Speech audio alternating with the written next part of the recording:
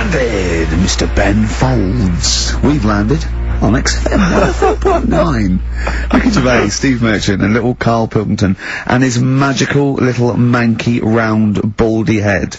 He was described as wacky mank in one of the papers this week. Really? Brilliant. Well, remember we were talking about it last week about he came round to my house and I popped out my Mr. Johnson to take a little look at. And his two that made daughters. The papers. That made the papers. Wow. What paper? It wasn't front page of the Times. It must have been like the Daily Star or something. Just squeeze Live 8 on the second page. Yeah, so wacky mank. Wacky mank. That's wacky great. Mank. Wacky mank. We had an email from someone that reckons they remember you from body popping round Salford way. Yeah, Eccles Precinct apparently. You know that, I wasn't doing it round there though. Well, what do you mean? I was round Stretford. Stretford Arndale. And what were you doing? What sort of body popping was it? Just a bit of everything. Caterpillar. Bit of moonwalking. Do you have a little piece of lino you used to carry around? Well, mates had that. Right, you didn't Borrowed bother with theirs. that. Were you really good? But you weren't breakdancing, well, you weren't spinning on your head and stuff, you were more body popping. Well, I hope you weren't spinning on his head, because you know that can sort of give you little brain damage and things. Well, it can give you brain damage. Also, it can wear your head down, and also makes your head perfectly round. Yeah. Because the gravity is pulling on. But if you keep on doing it, obviously it's going to wear your hair out, yeah. So you become sort of like a stupid, bald, and roundy headed. Yeah, yeah. So I very much doubt that you did do any of that. Did you, Karl? Didn't do any of that. Well. So you're shooting off in a minute, aren't you? Well, yes, because we were trying to make poverty history, Karl. Yeah. People are making poverty history all over the place. They're putting on a wristband, and it seems to be working. Because I haven't been poor for ages. I haven't been poor. And Alex had a stop bullying. Alex was wearing a stop bullying wristband, and as he himself said, he seems to have sorted that out. You haven't been bullied for I haven't ages? been bullied for years. So wristbands work. I saw one in a shop window the other day, which said, stop child abuse. And I bought one, obviously, because, a lot of people say, you know, does it make a difference, but it was only a quid, and I'd only spent it on kiddie porn. So, you know, I think I've made a little difference there, in a small way. On a serious note, though, I like the idea that stop child abuse. You're a paedophile, and you're walking along the street in your Mac, right? You got a puppy in one hand, a bag of sweets in the other, and you see this wristband, and you go, oh, stop it. Oh, okay then. Yeah, I thought before, that's what I think. Okay, fair enough. Yeah, well, I won't be doing that again. Yeah, he was hanging around in Topshop for unsavoury reasons. You saw them in there for only a quid. Karl, we haven't got long, have we? We've got an hour and a half because we've got to shoot off. I've got to shoot off down to Live 8 and introduce Rem. So we've got a lot to pack in. We got the Rockbusters, and then we give away. I just saw those. I'll finish the sentence in a minute. I look forward to it. I'm getting excited. Yeah. I'm getting excited. So we've got so much to pack in. Yeah. I haven't got time to finish all my. So listen, right? Do you know the things we're giving away? The signed little Homer, the Nigel Tufnell thing, and the Flanimals, right?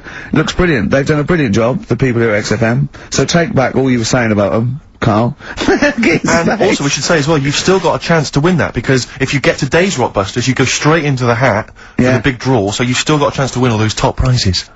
Play a record. Bit of Monkeys. Yeah. Monkeys. Peasant Rally Sunday. Alright, do you like that, Karl? It's alright, yeah. What's it about? Well, if you heard, it was a sort of description of, you know, typical suburbia, isn't it? Here in status symbol land. You know, it's a sly dig. When the monkeys get a bee in their bonnet about something. Oh. You better not. You do not want to be on the receiving end of that. Yeah. Well, we've got a good song with a story later. Go on, what we got? Don't want to tell you yet. Alright. Now, is it as pitiful as last week's, where you somehow misheard that Eric Clapton song? What was the Eric Clapton song? Well, Wonderful Tonight, and he was convinced it was about a bloke in a wheelchair for no reason. No evidence at all.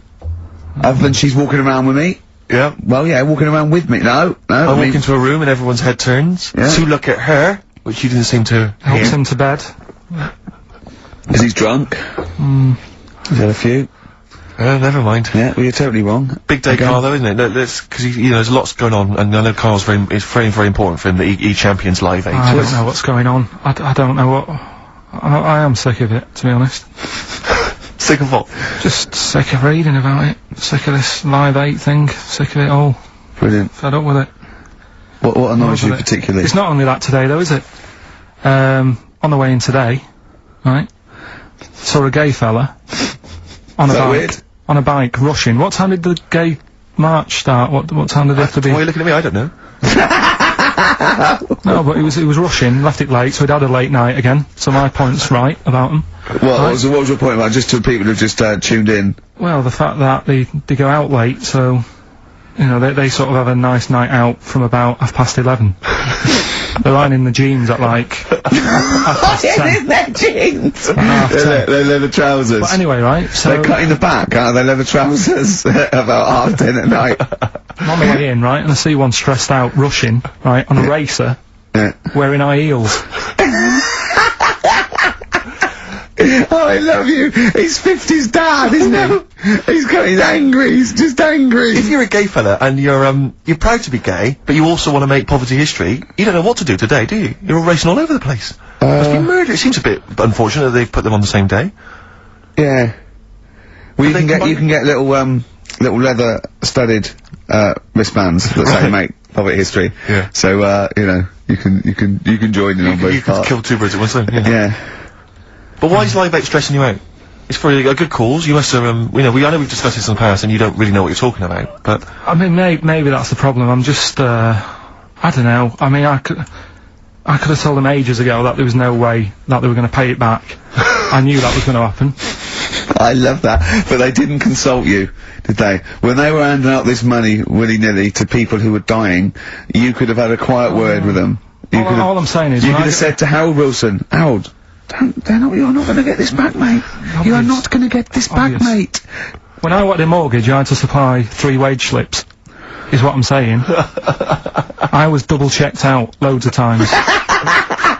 I'd like to see, have you ever seen that guy Alvin Hall, who gives financial advice to perhaps teenagers who don't know how to spend their money wisely? Alright. Perhaps like send him over there. He's the guy with the bow tie. Oh, yeah, You know yeah. what I mean? Yeah. I'd send him over there and just sort of have a chat with him and say, you know, make a list of what you're spending it on. So he's basically, will you be annoyed if they drop all debt and double aid and everything? No, because I mean, you know, people sometimes need help and that, don't they? You've got to help people out, but Yeah. it's how many times is the thing. You know what I mean? Let them off. But do I, you know, I've got this monthly payment at the moment, haven't I? Yeah. I'm paying for tools for people out there who need a drill to build a house or whatever. Yeah.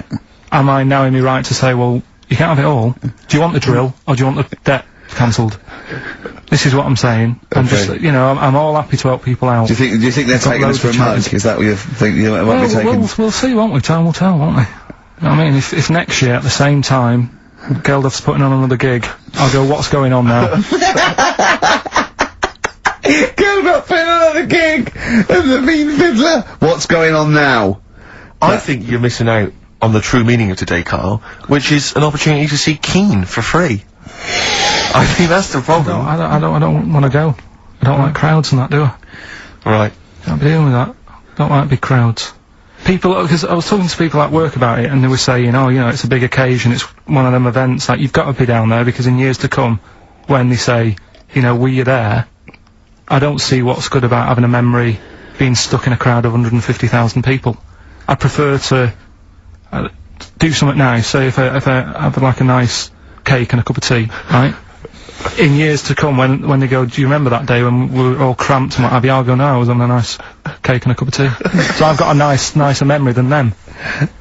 So I believe in doing something nice on a big occasion, do you know what I mean, on a special day. Do something nice, remember that. The thing is, you have got a nicer memory than them, because when you look back and I say what you're doing 20 years ago, your memory will tell you you were actually having a cup of tea and a cake, but with a chimpanzee that could talk English. That's what your memory will tell you. You're thinking, oh, I was out with my mate. I was out with my mate Marty. He's a chimp, and it just you'll be in cuckoo land by the time you're 50. You'll be just going, that was great that day. Remember Suzanne? I don't know what I'm talking to Suzanne. She's left you. She's left you. She's had enough of you waking up. Well, she's down in Hyde Park watching Bed-Shaped live. She's not worried about cake and a cup of tea. Have you ever done a march or anything though? Have you ever sort of... What are you saying? Have you, you know, you're having a go at me for not getting behind it all, right? Which I am, because I've got more standing orders going out my account for charities than anything, right? But have you ever got behind a problem? No. I don't think I have, to be fair, no. No, I am quite slack in that respect. It does take a lot of effort though, doesn't it?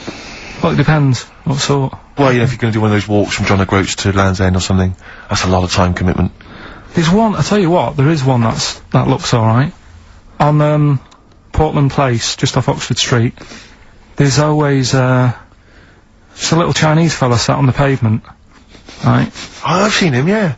What's that all about? Yeah. He's just sat there with a poster, but you don't know what it's for because it's in Chinese. Yeah. So he's just always sat there. But that's for me, that's the sort of march I want, where you just, and he's only there when it's sunny. If it's raining, they don't bother. I tell a lie, I did pop down when all those women walked through London in their bras.